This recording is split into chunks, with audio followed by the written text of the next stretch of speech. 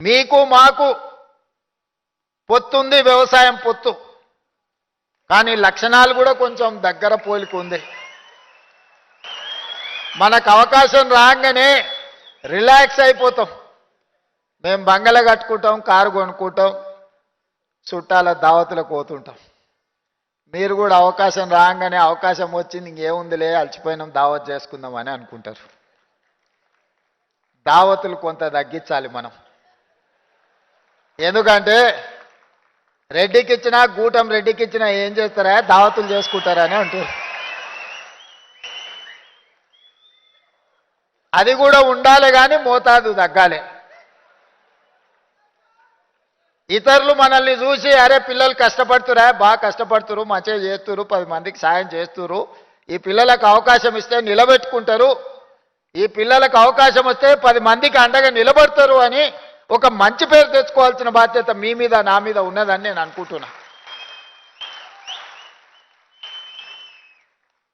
వాళ్ళు కూర్చున్నప్పుడు మనల్ని చూసి నవ్వుకుంటారు, వీళ్ళకి ఏది ఇచ్చినా నిలబెట్టుకోవడా వాంతోనే అయిపోతుందని.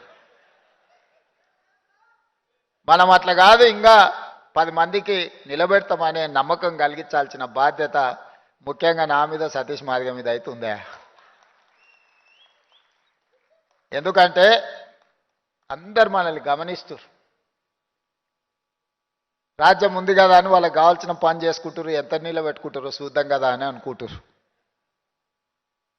నేనైతే జెడ్పీహెచ్ఎస్లో చదివిన, మా దామన్ అయితే హెచ్పిఎస్లో చదువుకున్నాడు.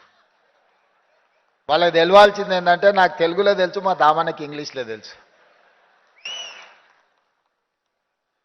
సౌ బక్నా ఏక్ లిఖనా అని వెనకటి పెద్దోళ్ళు చెప్పారు. बकने वाले बकते रहेंगे मगर हम लिखना पक्का लिख के रखेंगे, कहीं पर छोड़ने का नहीं है. इस बार कहीं किसी को जगह नहीं छोड़ेंगे. जो जाति के लिए जरूरी है सब कुछ लिखेंगे,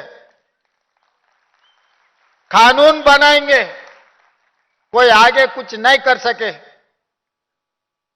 భవిష్యత్తులో మీకు ఏం కావాలనో, భవిష్యత్తులో మీ హక్కులను ఏ విధంగా కాపాడాలనో చట్టబద్ధత కల్పించే బాధ్యత నాది, దామన్నది, లక్ష్మణ్ దీప్ వేదిక మీద ఉన్న ఎమ్మెల్యేలది. మేం కల్పించే చట్టబద్ధతను కాపాడుకునే బాధ్యత మీది. ఇది సమాజానికి ఉపయోగపడే విధంగా దీన్ని ముందుకు తీసుకెళ్లాల్సిన బాధ్యత మీ మీద ఉన్నది. మిత్రులారా, అప్రమత్తంగా ఉండండి.